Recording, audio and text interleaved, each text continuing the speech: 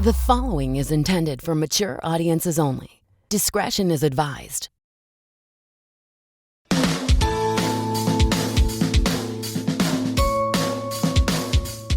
I know you're probably going to hate me because I'm complimenting you, but but your bits absolutely kill me. I remember watching your Comedy Central Presents when I was in high school, and I know you're going to hate me for saying that too. But but I remember watching that when I was in high school and just thinking that you were the funniest dude, man. Your season of Comedy Central Presents was pretty great. Like, Kyle It was Cruz was on amazing. there, Yep. Mark Maron, Marie Bamford, Paul F. Tompkins, great people. John Heffron, Yeah. Finesse, my buddy Finesse was on there. Chelsea Handler. What's fun was like I'm such a fan of comedy that week I decided like I'm going to stick around and watch everybody. Like I wanted to Yeah. see everybody as much as I was excited to actually do mine. And they did 4 a night for like 5 nights, Sunday through Thursday, and then on Friday they did the Amazing Jonathan did an hour special, and I was like a huge Love it. Amazing Jonathan fan, and Yeah. I had never seen him live before, so I was determined to stick around the whole week and watch everybody and lead up to seeing Amazing Jonathan. And so it was really fun for me to watch all those comics do those specials, especially now looking back, like, you know, several of them are like icons. So Yeah. I kind of want to start from the beginning for you. Where did you grow up? I grew up here in Cincinnati. Can you describe like the city life of Cincinnati? Like what is it even like in Cincinnati, Ohio? it, I mean, I love it. Obviously, I'm biased because I'm from here, but Yeah. it's a great place to grow up because the size of the city lends itself to providing um, experiences that a lot of bigger cities have, whether that's like art or music or sports. You know, we have all those things here, Yeah. but it's not so big that you deal with like high crime or a lot of traffic, you know what I mean? So Yeah. it's like, to me, it's such the right size city, especially now, like that I'm raising a family, that it's it's just a perfect size for opportunity, but not too big that you feel like you can't get around, or if you're trying to interject yourself into the local scene, you know, it's not too big of an impact, like a place to make an impact as one person, you know. Right. Yeah, that's amazing. And going back to your childhood, what kind of kid would you say that you were growing up? Like, who did you sit with at the lunch table? I was I had a good mix of friends. I sat with the cool kids, but I think I sat with the cool kids because I was funny. Yeah. You know, the when you're a kid, the cool kids are the ones that are good at sports, right? Sure. Like Yeah. it's not the like, I like Star Wars when it was nerdy to like Star Wars. You know what I Right. mean? Yeah. And I know we'll get into that. That's based off of what my dad did. Yeah. But yeah, you know, like I grew up in a really small part of Cincinnati. My graduating class in high school was 73 people. So like I knew a lot of them since kindergarten, you know? Yeah. So it wasn't like there was a ton of tables to pick from anyway. Like, you know, Sure. like you could almost be at the cool kids table by default because Yeah. there weren't that Yeah. many tables. Yeah. You either sit at the cool kids table or with the kid that eats pudding weird. That's You know? right. That's right. Um, but yeah, you know, I mean, I played sports growing up, so I was friends with all those guys, and we, like I said, we played sports all through childhood together, and I'm still friends with a lot of them today.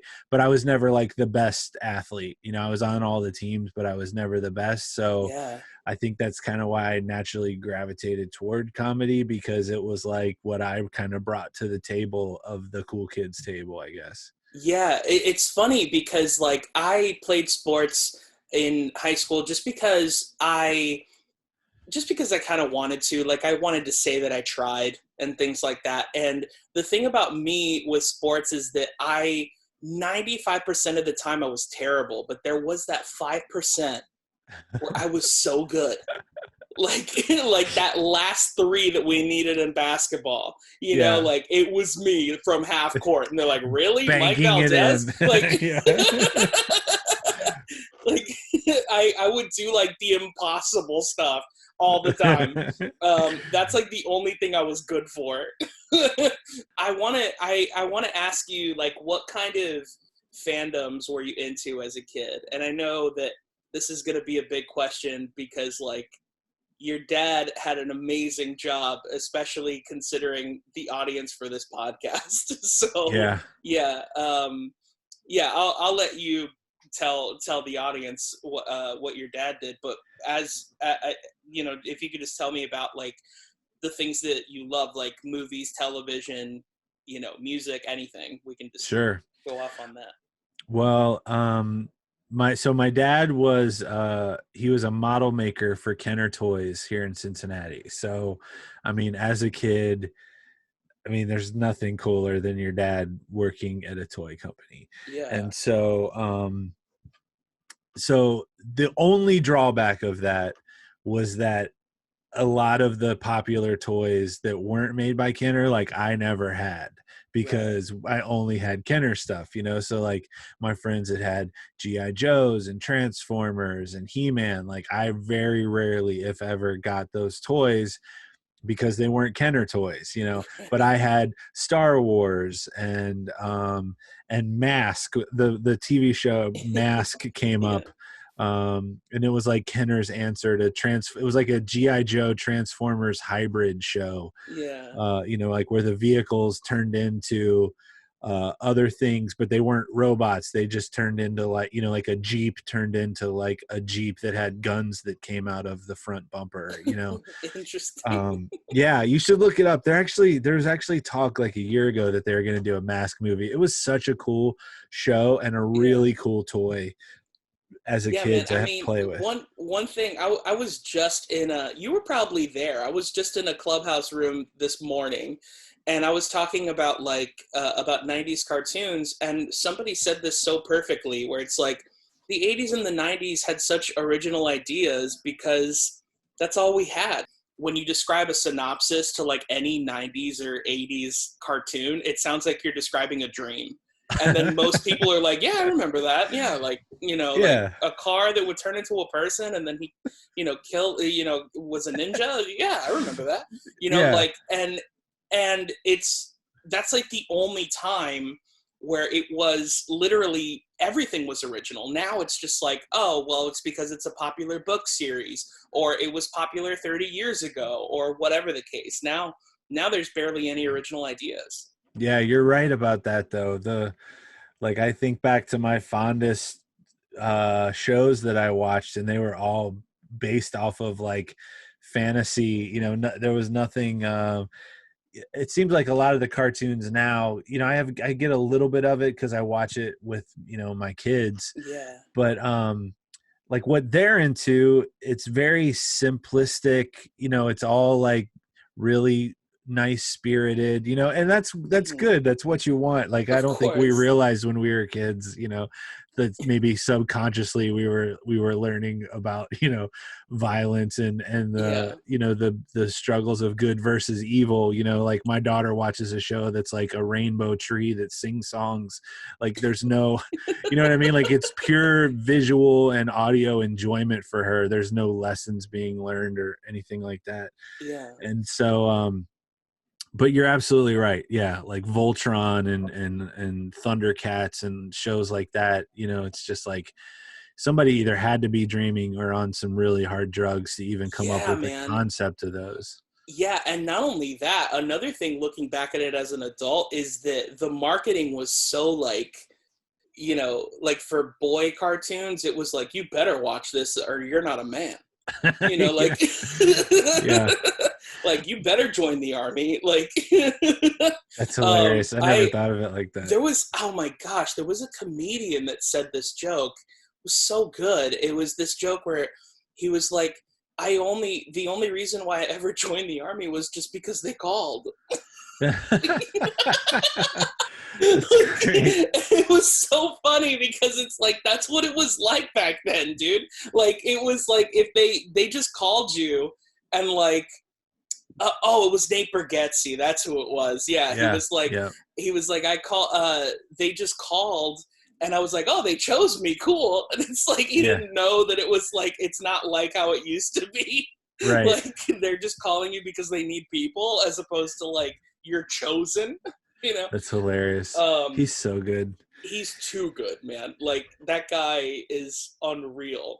So your dad works at Kenner. You have, I would assume, man, that you must have felt like a celebrity at some sorts, because you kind of had to feel like you're getting invited to parties where you're like, is he really my friend though?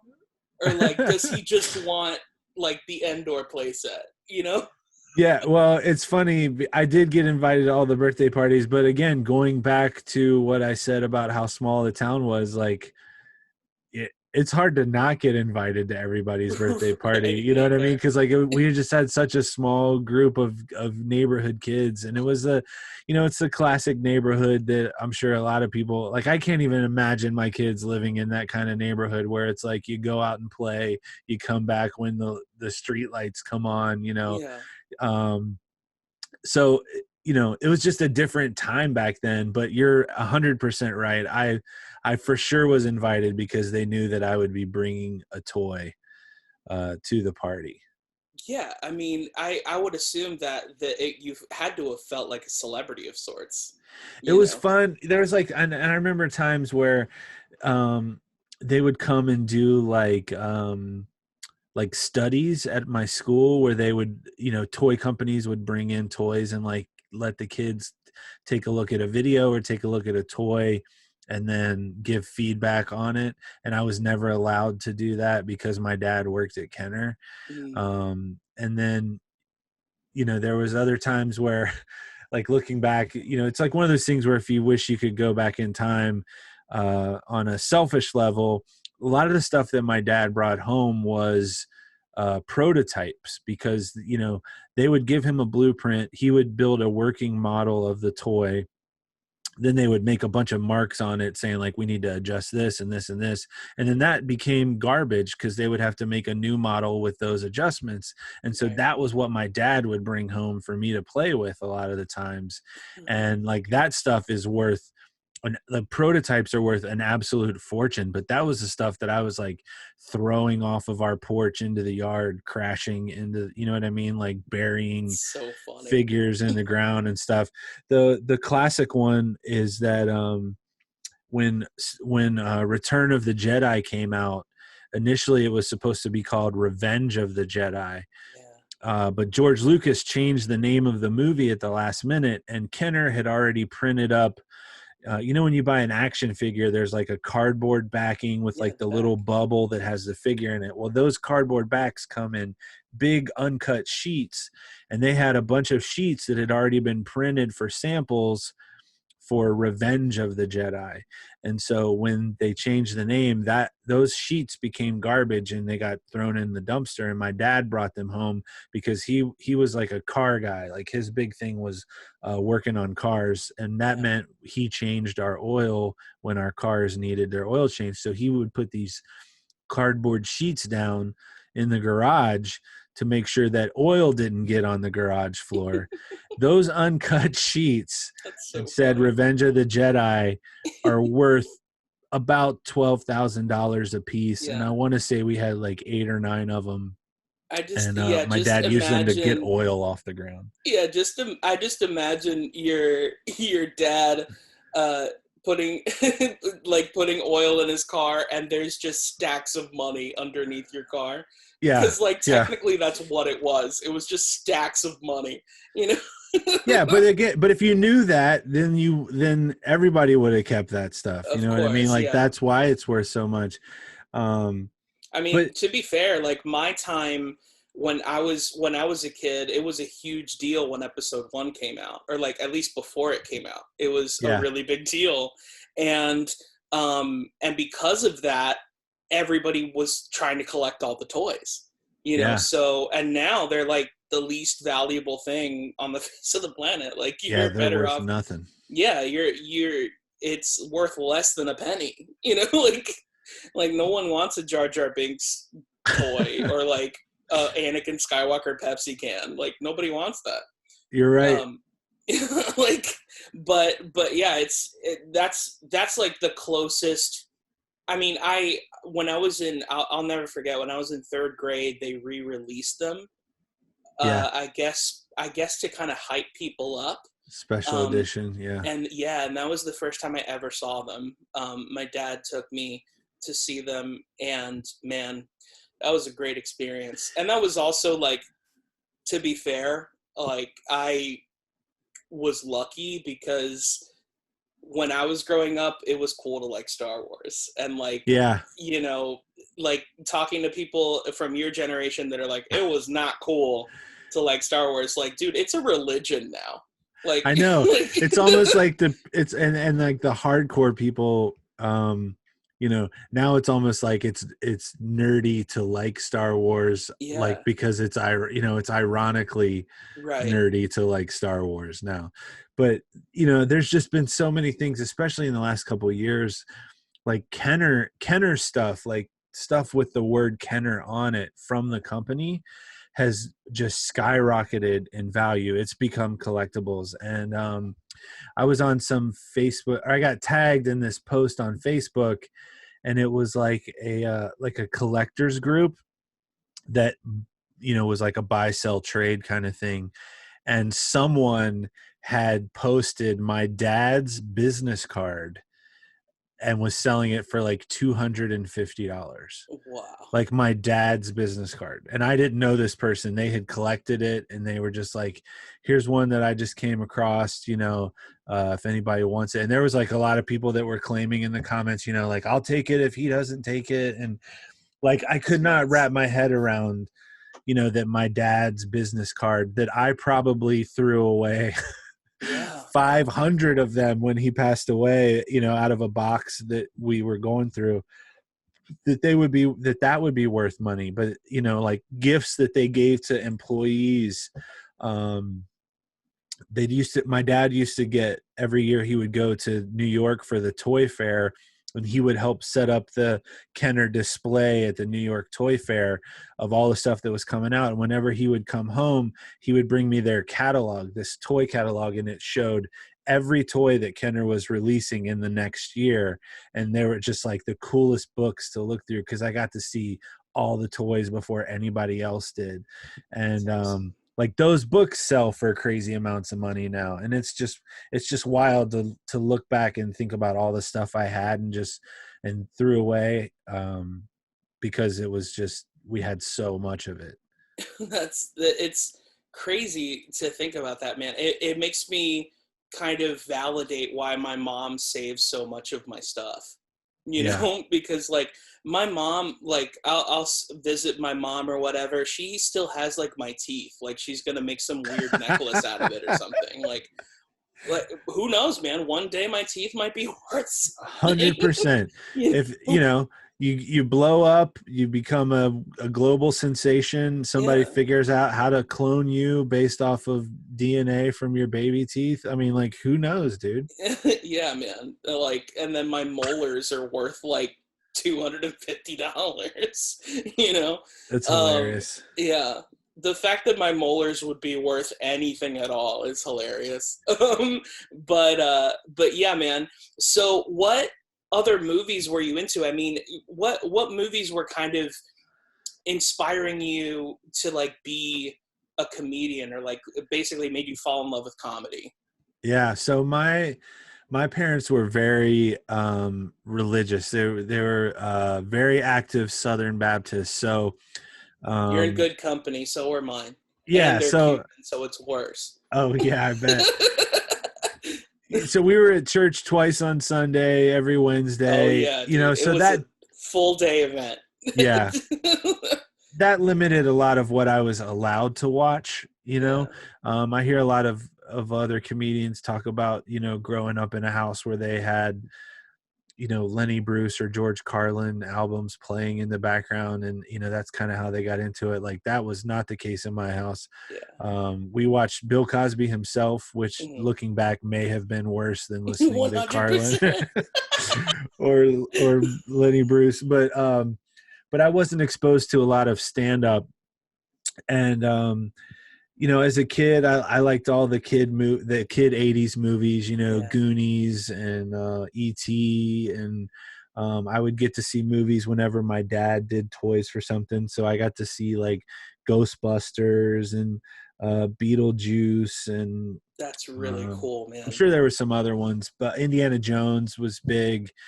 But you got to see them before your friends and stuff because he worked at Kenner? The later ones where I was old enough to go to the movie theater. So like Return of the Jedi, I got to see that before any of my friends. That's so cool. Indiana Jones. Yeah, there were a couple that my dad would get, like him and all his coworkers would get tickets to. And what was really fun about that was when I was in college when the episode 1 came out. And I was a movie critic for the university's newspaper. So I got to see movies before anybody else as a critic.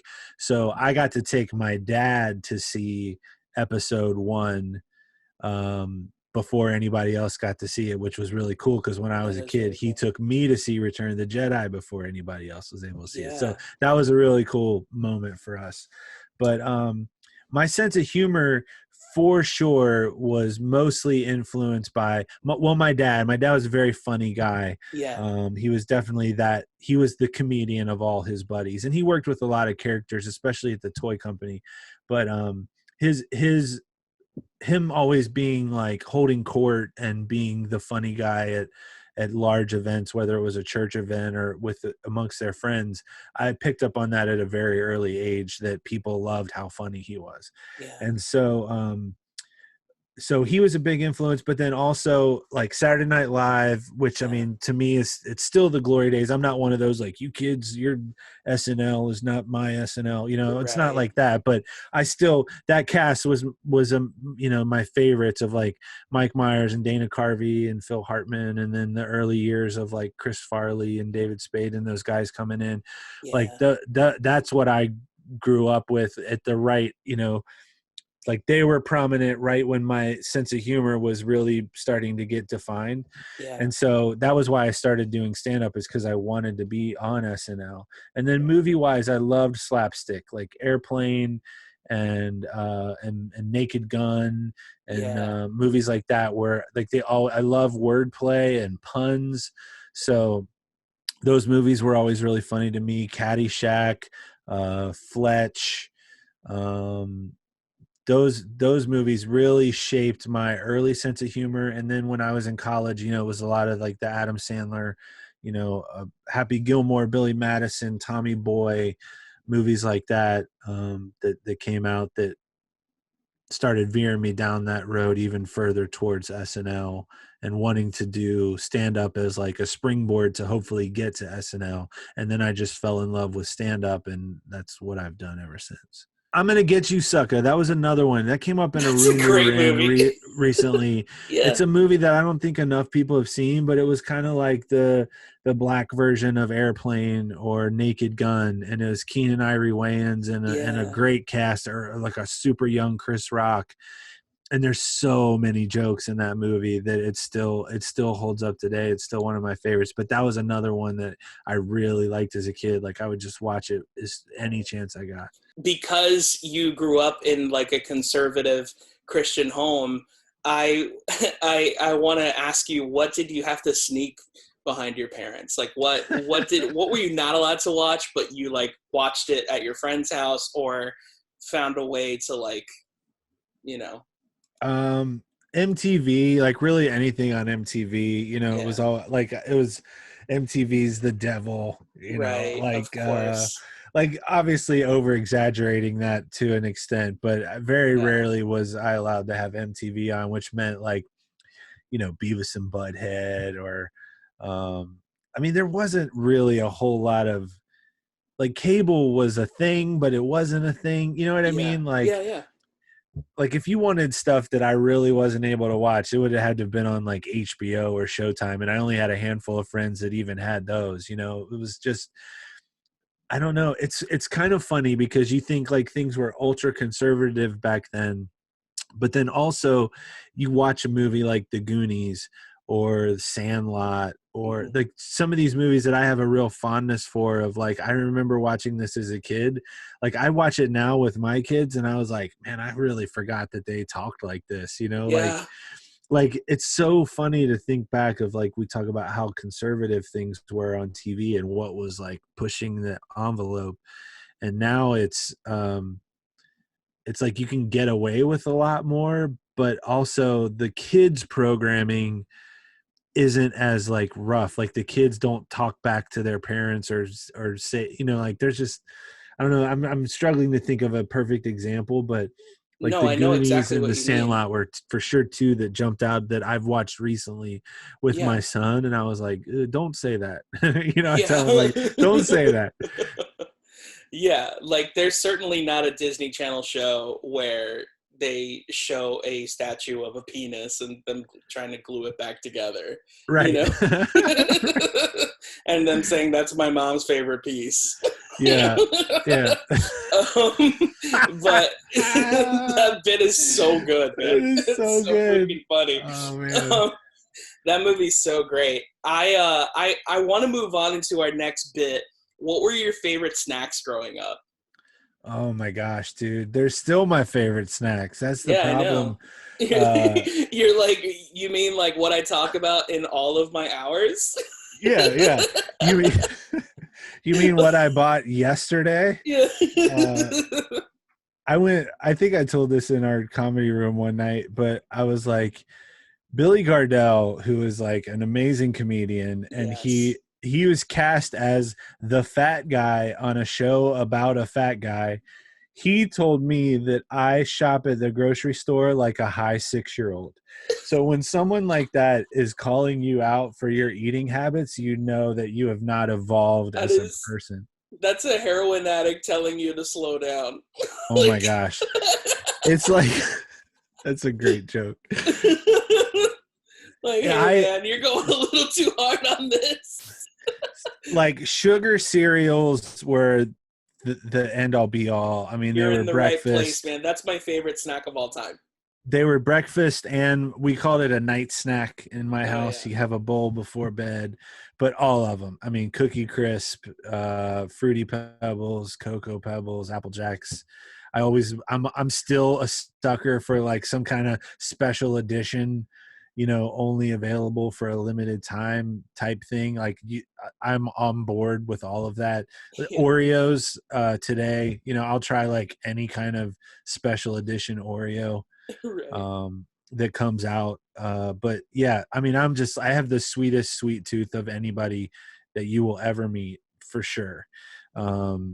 And so one of my side gigs that I started, it's actually been 8 years, which is crazy to think, but I handle all of the social media for Mentos and Wow. for Airheads candy. Wow. So if anybody ever interacts with either one of those brands online, they're interacting with me and they don't know it. But That's when I amazing. first started, they had me doing a lot of content. Like they wanted me to post on Facebook like every other day for the brands. So when I started, they sent me a case of every flavor of every product of Airheads and Mentos, and my office looked like a candy store.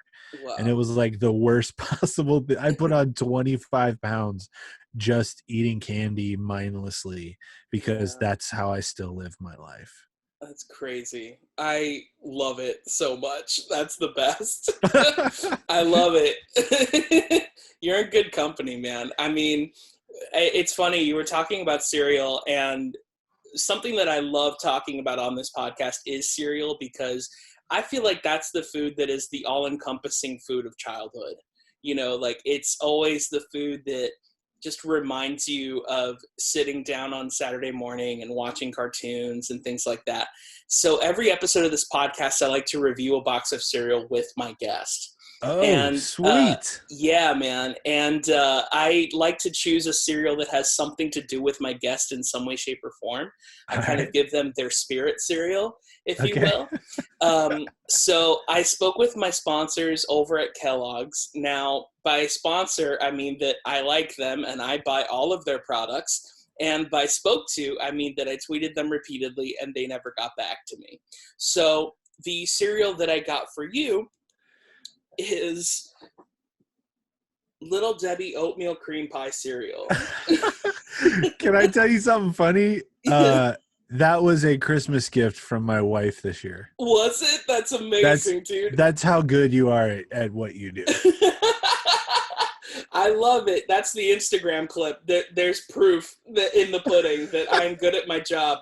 That's so good, dude. I got this for you because look, man, I know that you're a sweets guy, and I know that you're a cereal dude, and I don't know, man, like Little Debbie's seems to be like the all-encompassing, like, sweet tooth kind of guy thing, you know? This sparked a Debbie whole debate. Oh my gosh, I feel like I'm related to Little Debbie. I made a Little Debbie joke in our clubhouse room 2 weeks ago, and no one got it. And I didn't feel heard, as the kids like to say. Yeah. But I've had the cereal. It's good. I'm a fan. There's certainly a nostalgia element to it. The only thing I wish they had done is had some sort of prize inside. I don't know if that was a big factor for you, but a lot of times I would debate what cereal I was going to buy based on the prize inside. So we would mix it up. We would have Honey Smacks, we would have Cinnamon Toast Crunch, we would have Corn Pops, and it was like the box, like you're showing, and what was inside sometimes was as important as the cereal itself. 100%. Absolutely. Yeah. I mean, and sometimes this is a lost art form as well, but sometimes you would mail in proof of purchases for bigger prizes. Yes, yeah. You're right. I remember they used to do my favorite was these, they were little sticky octopuses. They were called like wall walkers or something. Okay. And like, you would get it out and you would throw it against the wall, and then it would just like, it had all like the 8 arms, and it would just kind of like a little arm would grab as it like went down the wall. And it was like, I was obsessed with them. Like any cereal that had them in there, like I wanted one. And it was always a fight between my sister and I who got it.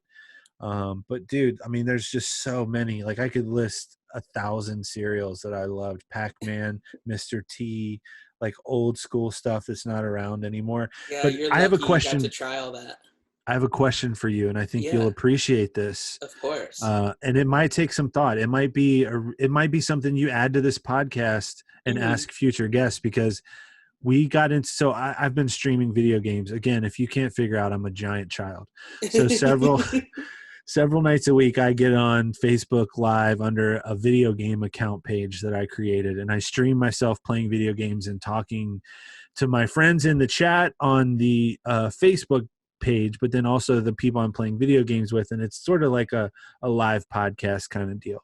Yeah. And so a topic that came up a couple months ago was you had to pick 2 cereals, okay, that you could combine together that would make a tasty combination, but you couldn't do like Cocoa Puffs and Cocoa Krispies or Cocoa Puffs and Cocoa Pebbles. Like it couldn't be 2 things that obviously would taste good together. Like we really want you to think outside the cereal box here of like two cereals that would taste good when combined.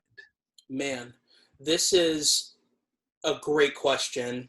I'm trying to think of the best possible option here.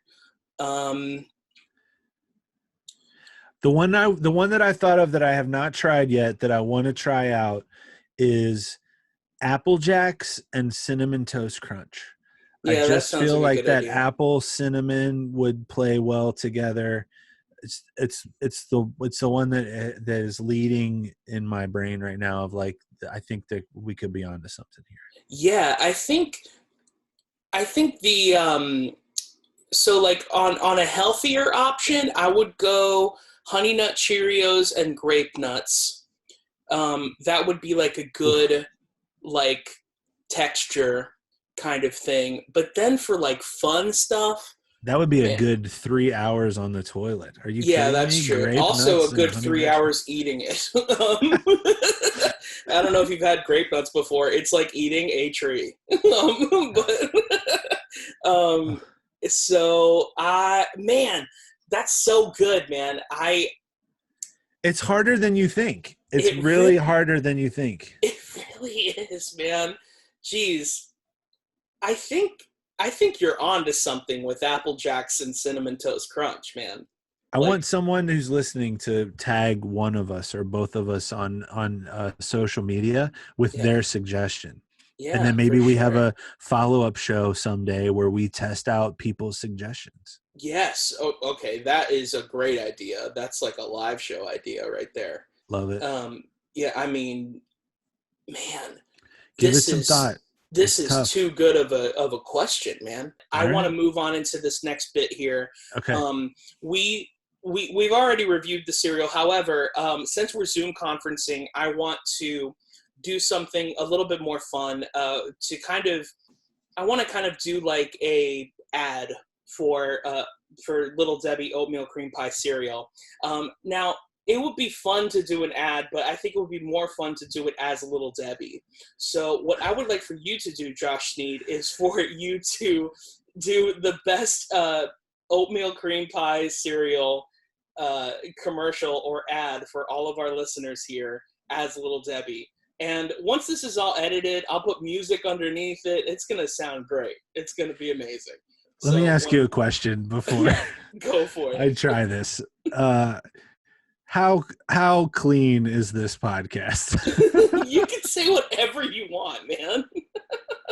I just We thought don't of have a a rating. terrible tagline. Yeah, sounds good to me. Here we go. Whenever you're ready, Josh. Do you remember oatmeal cream pies as a kid? Well, now you can have them in a bowl of cereal every single day. Hi, I'm Little Debbie, here to tell you about oatmeal cream pie cereal. The crispy oatmeal cereal with a cream crunch that was sure to please your family every day. But give it to the kids, because let me tell you, these aren't your daddy's cream pies.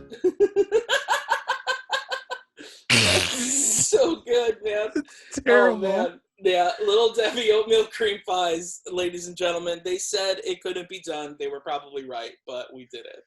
I'm waiting for the Star Crunch cereal. It's Star Crunch is not out yet, but Is it coming? Cosmic Brownies is out. What? Yeah. Oh, So man. I think I'm on board. I think Star Crunch would be. Ooh, now that I think about it, let's see here. How about this? What about Reese's Puffs and Cocoa Krispies to kind of give it a Star Crunch texture? I mean, that's good. That's good, but it's a little bit of cheating because there is Kind of. chocolate Yeah, already you're in the right. Reese's Puffs. You're right. I'll tell you a cereal that I really miss is Rice Krispie Treats cereal. It was Yeah, like the clumps of original. rice. Yeah, I Mm-hmm. really like that. And my favorite cereal that's out right now, it's so simple, but it's kind of what we're talking about, and so you can't pick it. There's a s'mores cereal out right Yeah. now that's really good. It's like Cocoa Puffs and Golden Grams and then marshmallows. Yeah. And it is like you're putting the whole box away as soon as you open it. Yeah, it's I feel like I think Kellogg's makes the s'mores one. There's also another one that they do called Drumstick. I don't know if it's like the ice cream. Yeah. I don't know if you've tried that, but I've not tried the cereal. there's one called Mint Chocolate. It's a Cocoa Puff, but it's green and minty. And then there's like chocolate wafers and then Golden Grams. So like the chocolate wafers are essentially like chocolate cookie crisps and then Golden Grams. It's really great. I love a good Cookie Crisp Yeah, me too. cereal. Robert Hawkins, who if you have fans out there who have never heard of Robert Hawkins, he is in terms of like comedians that I've seen over the course of doing stand up for 20 years, of like guys that you're mad aren't globally famous because everyone should know who they are. Mhm. Robert Hawkins is the top of the list for me. And I worked on a bit with him that he does about Lucky Charms, Mhm. and how kids these days, you know, they can buy boxes that are like all marshmallows. And it's like when we were a kid, you had to earn that marshmallow finale, right? Oh, You so pick good. around, all the marshmallows to get the oat pieces out. There'd always be like one marshmallow that tried to sneak in on the bottom of the spoon, and you'd have to make sure it didn't get in there. And then you were rewarded at the end with a bowl of marshmallows. Yeah, man, that's such a funny premise. I mean, I remember I had Matthew Zaremba, who's an artist. He's incredible, on the podcast, and he was like, "I didn't like the grains from Lucky Charms. I only like the marshmallows." And I was like, "Well, you can only buy the marshmallows." And then he was like, "Yeah, but then there's no work. Like, Right. what's the congratulatory like gift for all the work that I did?" And I was like, Exactly. that is such a funny idea to look at it like that. Like, you know, and that's what a great premise for a joke. That's so funny. Yeah, same with Captain Crunch berries. You can buy oops all berries, but it's like, why, you Yeah. know? Yeah. You have to tear the roof off of your mouth to appreciate the goodness of a Captain Crunch berry. That's right. You're right. So I remember one time I was at there was a comedy club in the Mall of America, and it was um they had this like area in the mall that was consistently rotating with different exhibits. yeah. And one of the times that I was there was a cereal exhibit, and it was either Kellogg's or General Mills. And I apologize to your friends at Kellogg's if it was General Mills, It's but okay. General but Mills are friends too, so all right. So but they had like this whole cereal exhibit. They had these like, you know, like a play set made of like cereal for kids to climb on. But then they had, you know, when you go to like a candy store, they have the different Jelly Belly jelly bean flavors sort of yeah. separated out that you can, they had that but with cereal, and you could make a box of your own.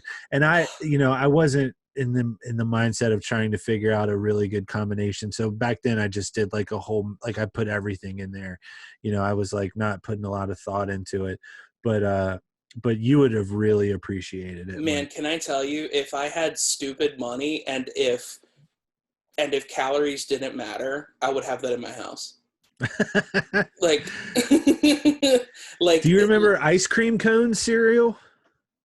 it sounds familiar. See, some of these are going to be before your time. I really liked Pac-Man. I'm going back just to remind myself some. Donkey Kong was a good cereal. I know the big one that like the holy grail for cereal is Nintendo cereal. Nintendo was really good. I do remember that. It was like a Zelda Mario brother. Yeah, which I Uh, never got to try that. I wasn't even born when it came ye- out, so Mr. T was great. That got a cameo in the Pee Wee's Big Adventure yeah, movie. yeah. C3POs, that was a cereal. Um, there were some really great ones, but I'm still to this day, if I see something like that, I gotta try it. I gotta try it to say that I tried it. I'm the same way, man. Like Frozen 2 cereal, yes, please. It's Like good. I've had it. It's good. There's it's a not that frozen bad. ice cream too, Yeah. which of course there should be a frozen ice cream, and it's Yeah. fantastic. Exactly. I want to move on into what you're doing now, man. There's there's so much to go off of, but I want to get to know, like, when did you start? I mean, you said you've been doing comedy for 20 years, but like, what was the thing that made you say, okay, I'm going to start, I'm going to go on an open mic and I'm going to try this out? It was Saturday Night Live. Yeah. I was living in Cincinnati. I knew I wanted to be on SNL. I wasn't sure how to start, you know, other than I knew a lot of people came from Second City in Chicago. So I thought, well, let me just see if I can make people laugh on stage. I never really had stage fright because I did a lot of public speaking in college. Yeah. So that really wasn't an issue for me. It was really just finding material. And so I went and did an open mic night. I invited everyone that I ever known to come watch me. I packed the place out with friends, and I just I really, really enjoyed it, and I just became an absolute sponge. And of course, I was 20 years old. I was a month before my 21st birthday, so I was single. I had a job. I wasn't in college. I was working as an IT guy for Procter and Gamble here in Cincinnati. And so I had a day job, but every moment I had free at night, I spent at the comedy club, either at an open mic, or the club here in Cincinnati was really good at letting the local comics come to shows for free. Yeah. And so I was just an absolute sponge, watching every headliner that I could. And then eventually I kind of worked my way up to be like the go-to kind of MC for Cincinnati, and we only had one club at the time, so I got my pick of whoever came through first of who I wanted to work with. And I mean, it was like Chappelle, Gaffigan, Bill Burr, Louis C.K., Mitch Hedberg, Dave Attell, Greg Giraldo. I mean, it was just like everybody's favorite comics now. They were just like the hot thing. Everyone's talking about them within the business of comedy. They weren't household names like some of them are now. So I would just snatch up all the weeks with like these like now comedy icons and just like learn as much as I could and watch and just be in awe. Jimmy Pardo, Robert Hawkins, again, Eddie Gosling, Ron White. I mean, you name it, I probably got to work with them and try to learn from them. Robert Schimmel, Patrice O'Neill. I mean, just so many of them. One thing that I can say is like I have a pretty good bomb story, but I think you probably have the best. And I hate to ask you to relive it, but can you please tell me about the time that you bombed at a baseball game? Yeah. It's funny, like looking back to like, it was probably the most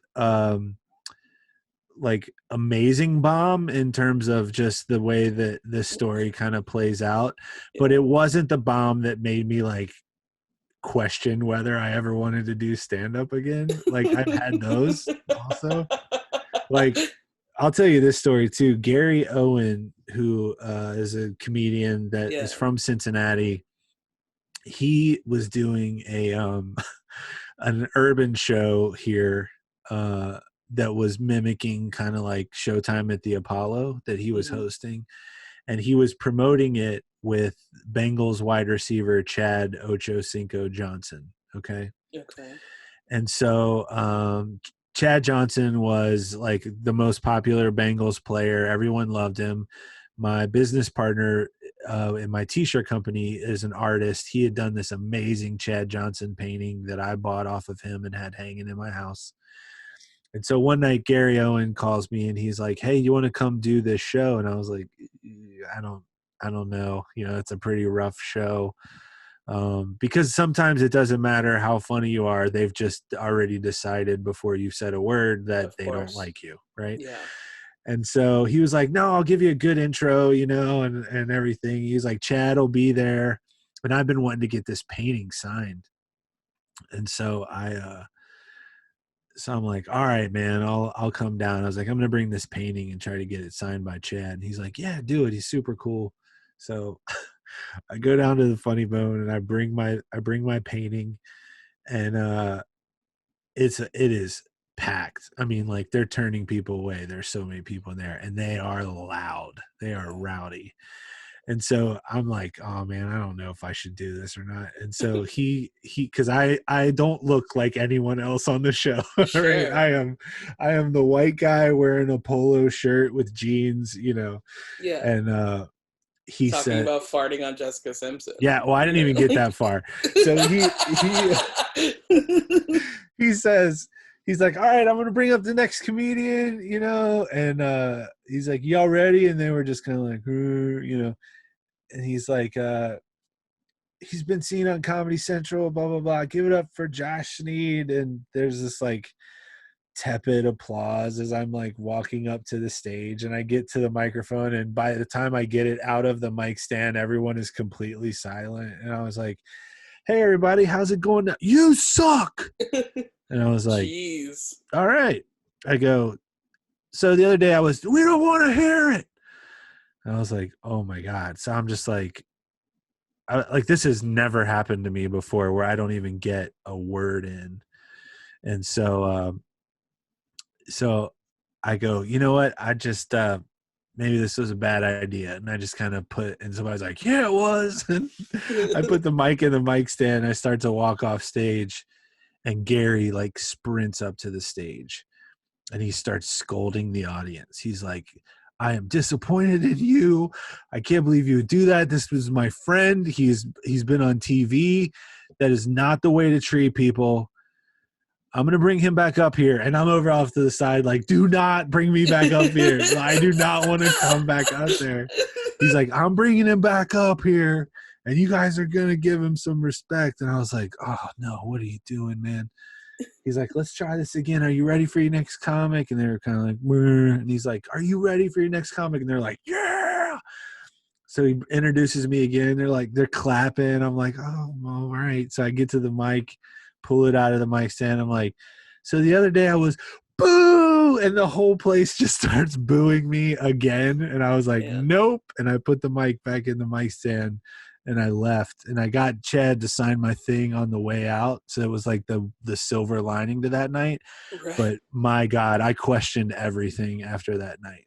Man, that's awful. I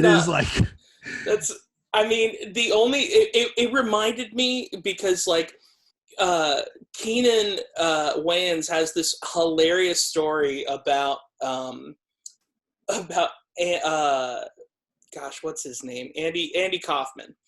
He has this story about Andy Kaufman that is very similar, where he was doing this bit, and about halfway through, it was like all silence, and about halfway through, people just start booing him, and he just starts crying, right?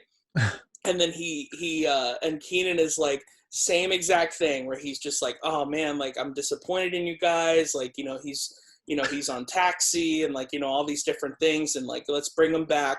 He's gonna, let's give him another chance. And they bring him back. He clap, like everybody claps. They bring him back, and he just does the same bit again. Oh my gosh. See, that's hilarious though. Like, that's a guy who doesn't care. You know what I mean? Like he can get away with that. Like, I'm a fragile young comic. Thinking that I'm invincible. The thing that's really ballsy about him is he's willing to go through a lot of pain for the reward later, because people are never going to stop telling that story. But he had to go through a lot of pain to do that. Well, I didn't have that kind of foresight. I just had and if I hadn't gotten my painting signed, it would have gone up as like one of the worst nights of my comedy career. But the abridged version of the story that you're referring to is a true story. I talk about how when you start doing stand-up, you don't know there's jobs you're not supposed to take. And so I was presented with an opportunity to perform at the Dayton Dragons, which is the single A affiliate for the Reds. I was asked to perform at one of the games, and their idea was that I would dress up like an umpire, and that I would come out between innings, and they would tell people that the umpire was a comedian, and I would wear the mask and do my stand-up.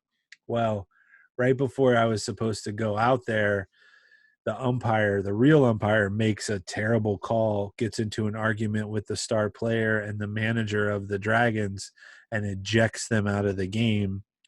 And now I have to go out 30 seconds later pretending to be him and try to get people to laugh at me. And so if people want to hear the full story, it's online. It's called It's Good to Be Here. And the way that it became part of my act, because I never really had thought, I feel like subconsciously sometimes we block out what could be a really good bit for our acts because it was a horrible memory. Uh-huh. but I was on Bob and Tom, and we got to talking about like gigs that went horribly awry. And I told that story, and he was like, you have to tell that on stage. And so what I do is when I would go on stage, I would say, hey, everybody, it's good to be here. And I know that you always hear comedians say that and you think that we don't mean it, but I mean it. It's good to be here because this is a good gig. And I know that because I've done terrible gigs. And then I tell the story about this terrible gig and close by saying, so yeah, it's good to be here. Yeah. But the gig goes horribly awry. The people hate me. One of the guys who runs around on the field with the mascot, he is a linebacker for the New York Jets. He throws T-shirts into the crowd. Everyone loves him. He told me he would come save me if the gig went bad. So he comes jogging out of the dugout at a full sprint and just spears me, tackles me as hard as I've ever been hit by someone, harder than car wrecks that I've been in. And I'm laying on the field. And his idea of saving me was that he would save the bit by pretending like he was saving the day, by saving the audience from having to hear any more of my act. And so he like picks me up off the ground. The place is losing their minds. They're so excited that this guy just kicked my ass. And I'm like, I literally can't breathe. He has me over his shoulder, carrying me to the dugout. And I'm like going,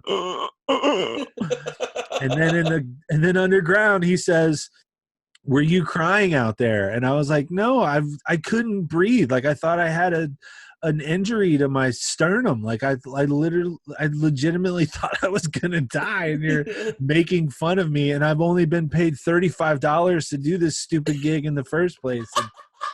And so, yeah, guys, it's good to be here. That's so funny, dude. I wish there was footage of it. People don't believe me, but I wish there was footage of it. There's a lot of people that witnessed it. I mean, it was the Dayton Dragons, famously for a single A ball club. They've sold out every game they've ever had. In like 22 years. They've sold out every single game. So there was like 11,000 people there that saw it that night. Holy cow.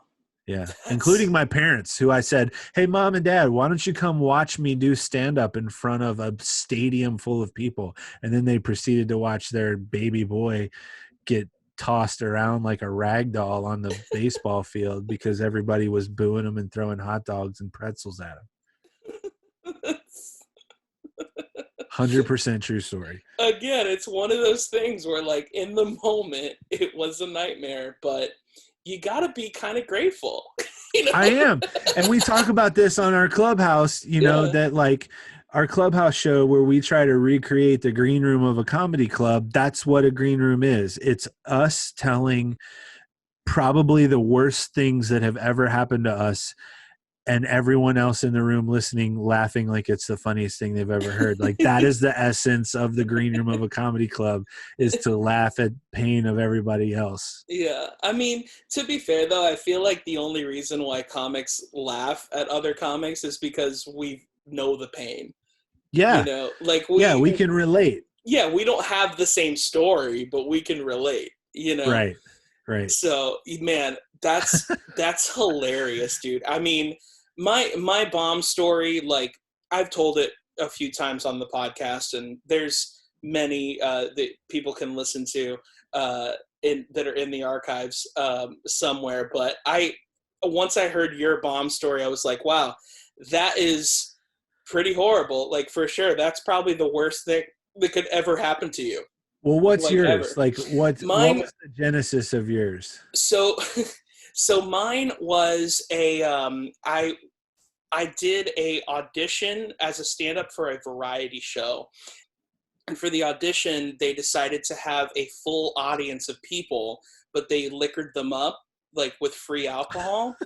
And always a great idea. Yeah, always a great idea. Also, when I was signing the NDA and all that stuff, they were like, hey, don't let the gong intimidate you. And I go, what do you mean? And they go, I said, don't let the gong intimidate you. And I looked inside, and sure as Japan is a country in Asia, there is a gong on that stage. And apparently what they were going to do was if the audience didn't like what the performer was doing, they had signs that would say, bang that gong, and a guy dressed up like a ninja would come out and bang the gong, and you would have to leave the stage. So there's comedians, dancers, singers, all kinds of stuff, right? And so I'm watching a lot of comedians go up. Now, every single comedian is bombing. In fact, they're bombing so hard that the comics thought of a game where we thought we should time every comedian, and the person that stays up there the longest wins. That's hilarious. And I won our contest, and I was on stage for 36 seconds. That fast. See, but let me ask you this. Like, the one saving grace I have from the story about the Chad Johnson show was, like, I knew it wasn't my material, right? Because I didn't even have time to get into my material. Right.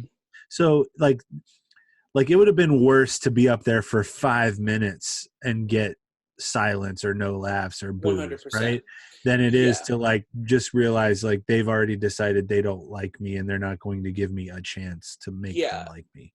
100%. In fact, the booker for the show wanted to book me on the actual show, but she asked me when I was, like, still heated from the moment, and I just turned the show down, you know, to where if she had asked me the next day, I probably would have done it, you know, because I just didn't have the foresight. Like, I was just upset, you know, because I was just like, come on, man, like, this isn't even fair, and, like, none of the comics are even getting to talk, and, you know, and the reason why the comics were bombing was because there was silence. There was no music playing, so you couldn't hear people, you know, like, and so when it's just one person talking, you can hear people booing and, you know, all these different things. So have you heard the Bill Burr rant, the Bill Burr Philadelphia rant? Yeah. And I wish that I had gotten enough time to do something like that, because I remember specifically, I said my first joke, and halfway through my setup, they started booing and screaming, bang that gong. And then I just started making fun of them. And I was like, oh, you guys just don't like silence. Like, that's really all this is. It's not that you don't like me, it's that you don't like silence. And then the crowd started laughing, but then they were still like, bang that gong. Can you imagine someone booing you while laughing at your joke? Like, what? Like, yeah. Like, that's literally what it was. And so that happened, and that's actually not even the reason why it's a bad show. The reason why it's the worst possible moment of my entire life is because the next 3 acts were drag queens. Now, this is all completely fine. I'm all for the drag community, all that kind of stuff. However, they had all of the people auditioning on the catwalk of this stage. So one of these drag queens came up and was wearing, I'm trying to describe this correctly, was wearing fishnets that were basically all over their body, and, you know, they were covering up, but essentially naked. Like, you could see his or her balls. And so there was at one point I was really in my feelings, and I'm just, you know, ducked down. I'm not even looking.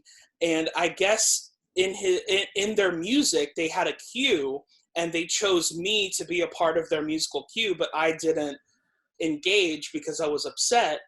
And so I guess either out of anger or out of I'll show him, or maybe I'm just trying to make his day better or whatever, they got in front of me and did kind of like a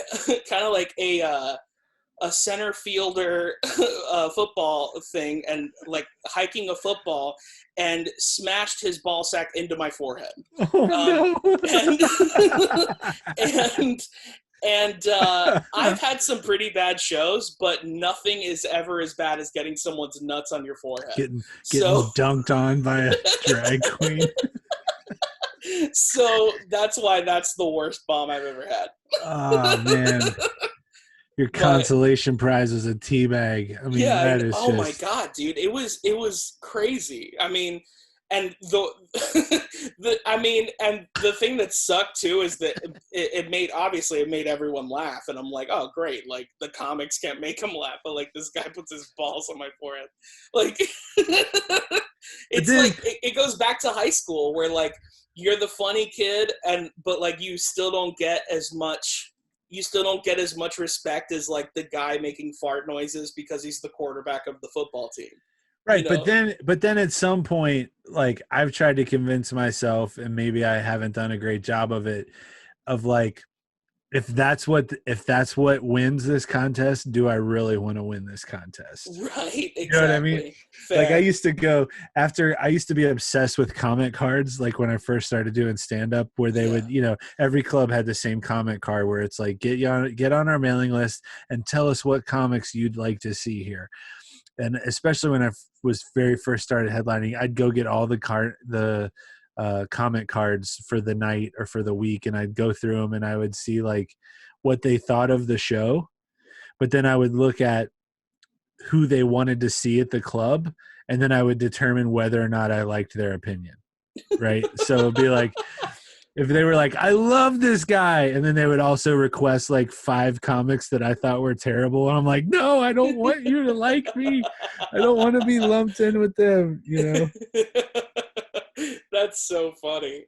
Um, so I mean, I'd be remiss if we didn't talk about this, man. I mean, Dry Bar Comedy, like you have 2.5 million views on your special, which I love so much. Um, I mean, Thank you. how did you get together with Dry Bar, and like how has it been beneficial for your career?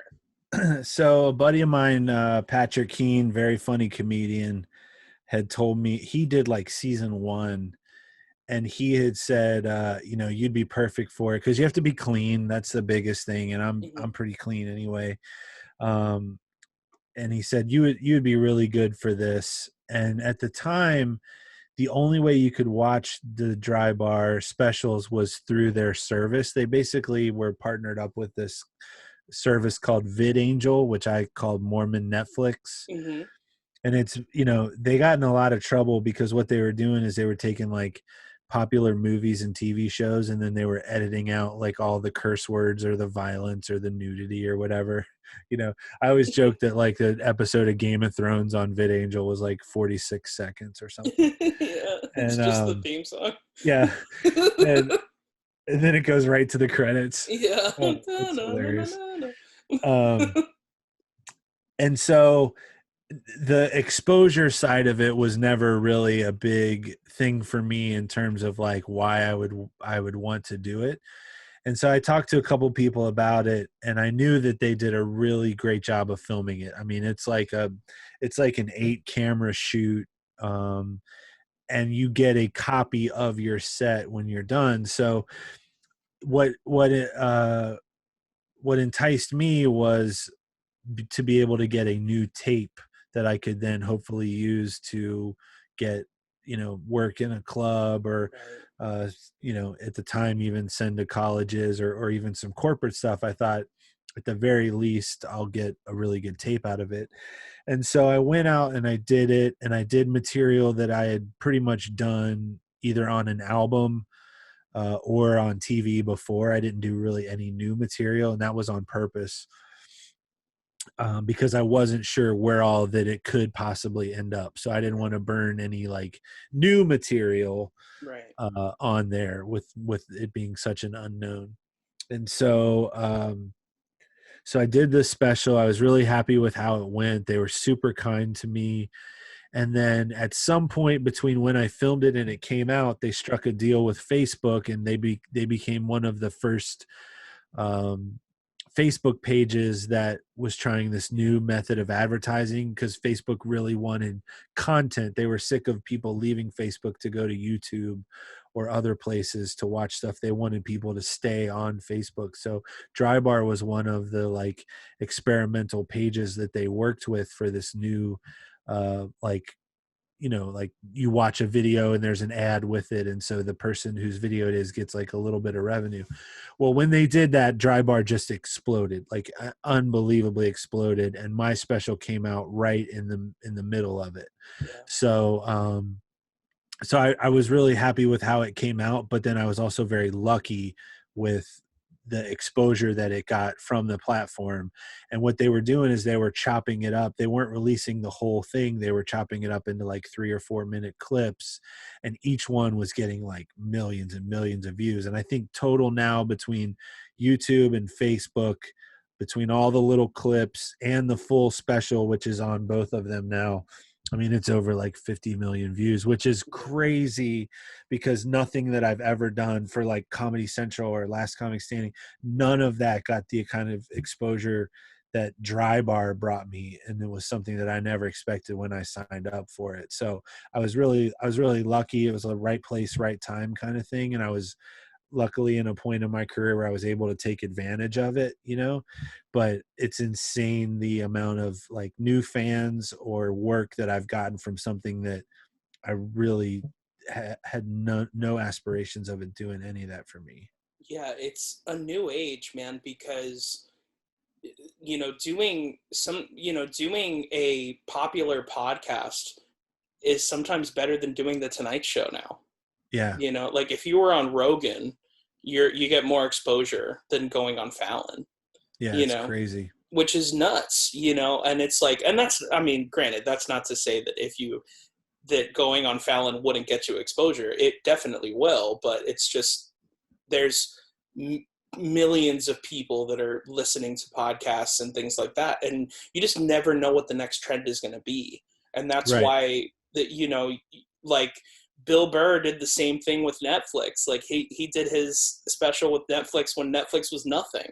And then it became this huge deal. Like this was back when Netflix was sending DVDs out, and he did his first special with them, and it changed his career, so it's the same.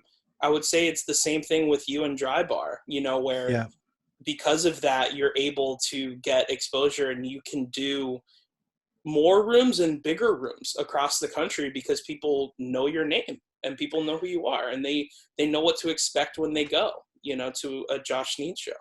Yeah. And that's a double-edged sword, because I'm not always that squeaky clean. And I think sometimes people come out to a comedy club and expect it to be like squeaky clean because that's what they saw in Dry Bar. So I try to keep it as close to that as I can, but you run the risk of, I know several other people who've done it where their Dry Bar show was nothing like their actual act. Yeah. And then it's like you really risk disappointing people when they show up, which is something that I obviously never want to do. But it's like Clubhouse is another example, which is kind of how you and I got like officially connected. But exactly. I kind of like Clubhouse, this could be the beginning of something huge, and it's the same thing. It's like you want to have your ducks in a row and be the person synonymous with that platform, whether it was like Dane Cook on MySpace or whatever it is. Like if people, once it becomes a thing, if you've already established yourself on there as like, well, if you're going to go to Clubhouse, you need to go to the Comedy Lounge because like Scott and Josh and all those guys have figured out how to do it. Right. Like that's how that feels. That's what's exciting about Clubhouse for me right now, is the potential of it when it opens up, of like already being set up and having, something in place for people to enjoy when the mass amounts of people get there. Yeah, absolutely, man. I mean, it's crazy because I originally got on the app because I just wanted to gain my Instagram following. That's literally the only reason why. And it helped, and it is still a help, man. I mean, I've gotten 600 followers since I've joined on my Instagram. However, that's great. Which is great. However, I enjoy Clubhouse way more than I enjoy Instagram. Yeah, like totally. Clubhouse is just way more fun, and people are being very genuine, and it's really difficult to be fake on that app. And when you are, you can smell it from a mile away. you know, and not only that, the best thing, at least to me, is that it reminds me of the beginning of the quarantine where as comedians or performers, we all just got on the same playing field and there was no hierarchy anymore. Yep. You know, there's no verified symbols. There's no like anything, you know, and you go into a comedy room and if you're funny, someone that has a movie career can be like, you're funny, you know, Yeah. and let's be friends. And you're like, what? Like, Yeah. that's Yeah. nuts. You know, like, you know, Randy Singer, you know, and is just like in the comedy lounge and like hearing us tell fart jokes and bomb stories and a bunch of stuff. And it's like, that's the woman who wrote Mrs. Doubtfire, you know, like, and she's just sitting here telling us that we're funny and, you know, showing us pictures of Robin Williams in makeup and, you know, all these different things. It's just crazy. You know, it's crazy to think of it. And that's one of the reasons why that app is so great, because there's no hierarchy. There's no celebrity to it, really, you know? Right. If you're a genuine person, you're going to succeed, you know, and that's basically it, you know? Sure. But I want to ask you these last two questions and then I'm going to let you go. You can answer them however you'd like. There's no wrong answer. You can answer them comedically. You can answer them vulnerably, however you'd like. So the first question I'm going to ask you is, what advice would you give to the child version of yourself? To the child version of myself? Oh man. You know, like I said, like looking back, like I don't feel like I took anything for granted as a kid, whether it was like what my dad did for a living or what my mom did for a living, or, you know, the fact that they were still married until he passed away, and like how uncommon that is for a lot of people. I don't look back and feel like I didn't appreciate it in the time. But early comedian me, I would tell him to appreciate those moments, whether it's the new friends you make, the guys that you come up with. I mean, my class of comedians is like Dan Cummins, Roy Wood Jr., Chad Daniels, Pete Lee. I mean, like some of the funniest people on the planet. And we were all starting at the same time together and figuring out the business together. And then, you know, we get older, we go our separate ways in the business or even down the same paths. And you just, you know, whether it's family or distance or timing, you don't get those moments anymore.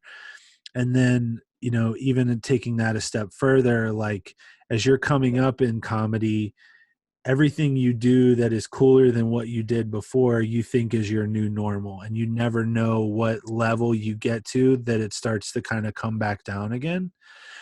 And so like when I was touring as the opener for the Blue Collar Comedy Tour guys, Ron White, Bill Engvall, and Larry the Cable Guy, like at the time, you know, I was, let's see, I would have been like 26, 27. And, I thought that was my new normal, you know, like I thought that was just the next step. And I don't really think that I appreciated those moments of feeling like a rock star, you know, of being on a stage in front of like 12,000 people, because you just think like, okay, well now I'm the opener for these guys. And then eventually like I'll be these guys. And, you know, like I don't need to soak it in as much as I should. And I wish I had done that more. And I wish I'd have been more appreciative to those people for those opportunities, because that is a very rare opportunity to be able to work with people like that in those environments. And also just the people that I was around, like the Hedbergs and the Patrice O'Neills and the Greg Giraldos, like we don't know how long we have them for, you know? So like, you know, I was never not super thankful to get to go on the road with Hedberg. But I wish I'd done more of it or spent more time with him, because I just always assumed he'd be around. Yeah, of course, man. He was an incredible person. And I mean, you have amazing stories from doing the road with him and stuff that you've shared before, and I'm sure that I'll hear more of, in the future. Oh, and to buy But Bitcoin, I would also buy Bitcoin. yeah, fair enough.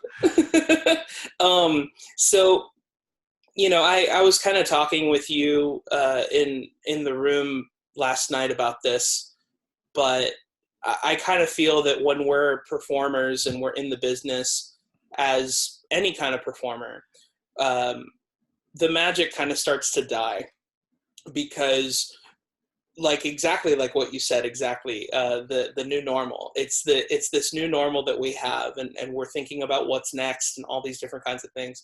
And a lot of these studio heads and a lot of these people that are the gatekeepers don't necessarily believe in the magic that we believed in when we were kids, which is what initially inspired us to be like, I'm going to tell jokes and I'm going to make money off of that, Yeah. or like, I'm going to be on TV, or whatever, which Yeah. is a crazy thought, but when you're a kid, you just have that dream and it inspires who you are. And so with that, my last question for you is, what do you think that the kid version of Josh Sneed would think of who Josh Sneed is right now?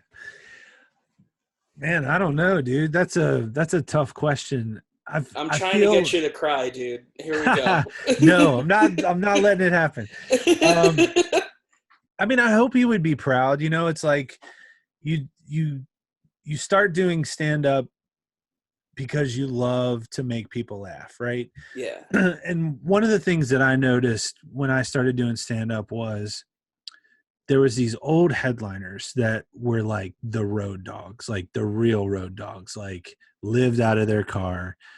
And like I said, I was like 20 years old the first time I ever went on stage. So I was pretty young, especially for the first several years of really getting into like trying to make this a career.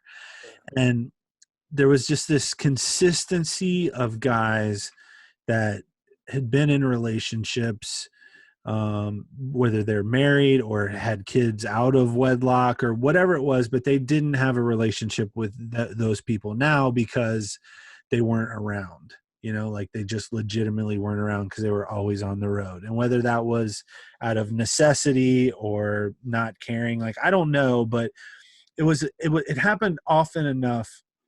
And knowing the relationship that I had with my dad, like, I knew that if I ever had a family, I wanted to enjoy it, appreciate it. So in 2005, I started this t-shirt company with a buddy of mine. And the goal wasn't for the t-shirt company to be successful right out of the gate. It was literally like a seed that I was planting in hopes that one day, if I was married or had kids, it would make enough money that I didn't have to be on the road all the time, right? I didn't have to miss like coaching little league or seeing first steps or whatever it was, right? And so one thing that I tell younger comics is, and I'm glad that I did this myself, is have something else, like whatever it is, whether it's saving your money from stand up or finding some other kind of little side hustle that can grow in its own time while you're out on the road, because you don't need it to be successful now. You're making your money doing comedy. You need to have money or something generating money down the road. And it was all very selfish in a way that, like, I wanted to be able to be home. But what I didn't see it doing for me was, number one, helping me live through a global pandemic. Like, no one could have seen that coming, right? But I mean, it was huge for me last year when I couldn't do live shows. Yeah. But more importantly, what it's done is it's kept stand-up fun for me, when you don't have to take every gig, when you can be selective of the gigs you take because you know what you're leaving behind here to go do stand-up, right? And so for me, I'm proud of making that decision when I did, and because it's paid off now. Yeah. and I can be home, and it's kept comedy fun, which is like the most important thing. Like that's what you want in this business, is if you're going to keep doing it, you're doing it because you love it, not because you have to. Does that make sense? Of course. Yeah. Yeah. So whatever That's whatever it amazing. is that lets you keep doing stand up because of your love of stand up, or whatever you do, you don't have to be doing stand up, but if you're doing something you love, it's like a cliche, you'll never work a day in your life, right?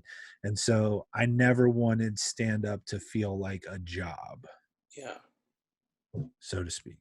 Yeah, absolutely, man. That's a wonderful sentiment and a wonderful way to end this episode. Yeah, man, just to reiterate it to the audience, don't lose that sense of childlike wonder, because that's what we're all about here, is just making sure that we are keeping that kid inspired and we're keeping the magic alive for that kid that's inside Yeah. of all of us. And you don't need stand up to do that, Yeah. like stand up is what does it for me and probably you. But like Hmm. my dad, I think working with toys, that's what did it for him. Yeah. One of my favorite memories of my dad working at Kenner was like the big thing for my sister and I was when we would be off school, but he had to work. My mom would take us to have lunch with him at Kenner. So Oh, we would nice. go down, we would go into the model shop where all the guys were, and they had these like cubicles. It was like this giant room with machines and cubicles. And we'd pick him up, we'd say hi to everybody, we'd go to lunch, then we'd come back, we'd say goodbye. He'd always take us to this, like, it was called the toy closet, and it was this big cage with all these toys in it that they kept, and the lady that was in charge of the toy closet would always let my sister and I pick out a toy to take home with us. It was like going to have lunch with my dad was like our favorite thing. Well, this one day it was we were on Christmas break already, but it was his last day before he had a few days off for Christmas. Yeah. So we go in and we open the door to the model shop, and there is 20 grown men with Nerf guns having a full-blown Nerf war, right? Like ducking behind cubicles, like diving. I mean, there is Nerf arrows and bullets and football, like they are flying everywhere, and the boss and everyone is involved. And it was what you just said. Man, that what an amazing, amazing story. That right there, dude, is childlike wonder. Oh my Yep. gosh. Oh, Yep. that's what a sight to see, man. I mean, how did you feel as a kid seeing that? Were you like, "Oh, I want to play," or were you like, "What's I going was on?" I was 100% jealous that I was not involved, but it wasn't lost on me. I was old enough that it wasn't lost on me that, like, whatever it is that keeps that childlike wonder for you, hold on to it. Yeah, of course, man. Josh, where can people find you online, man? Plug away. Oh, just Josh Sneed, just SNEED. Just search for Josh Sneed. If you go to my website, you'll see the couple of dates that I've booked. I'm going to be adding more to them, but they'll, any of the social media platforms that you're on, it's probably just Josh Sneed, whether it's Twitter, Instagram, or Facebook, or Clubhouse, or whatever the next thing is that I'll try to jump on and beat everybody to, and hope that I Yeah. become famous from it. Of course, man. Yeah, I mean, and if you have Paramount Plus, your Josh Sneed's Comedy Central Presents is on there. If you have YouTube, if you can afford YouTube, it's his Drive Our Comedy special is on there. It's called Being Fat on YouTube, but wasn't it supposed to be called Just Desserts or Just Deserts? It was yeah, so the backdrop, they didn't let you pick, and the backdrop for mine was this like Looney Tunes, like almost like a cartoon Yeah, desert. yeah, And on the special, that's the first thing I say when I come out, because I have on like a sweater and a tie, and yeah, and I was like, I am not dressed appropriately for this background. yeah, And so I wanted to name it something, and it was filmed in Utah. So I wanted to name it something that I thought was funny. And again, going back to what we talked about, I'm a huge fan of wordplay. Yeah. So the name of the special is Josh Sneed, Live in the Desert. Nice. Because I have desert with 2 S's. So it's like live in the desert. But if you read it, you think it's a misspelling and it's live in the desert. That's amazing. But the name of it is Live in the Desert. That's so great. It's I so love dumb, it. but it's like, it makes me laugh. Yeah, I love it, man. That's so awesome. If you follow me on any of the social, I always post when I schedule new dates and that sort of thing. So say hi, just, just keep supporting like Mike and like artists and people that are out there creating, and just take a funny clip of stand up that you like and just share it on your own feed. Like, goes a long way. Yeah, it really does, man. For me, you can follow me on Instagram at Mike Valdes, on Twitter at I am Mike Valdes, and you can go to whoismikevaldes.com to find out the answer to that question. And that is it, ladies and gentlemen. Thank you so much for listening. This has been a great episode. Don't lose your sense of childlike wonder. Have a great week. Bye, besties.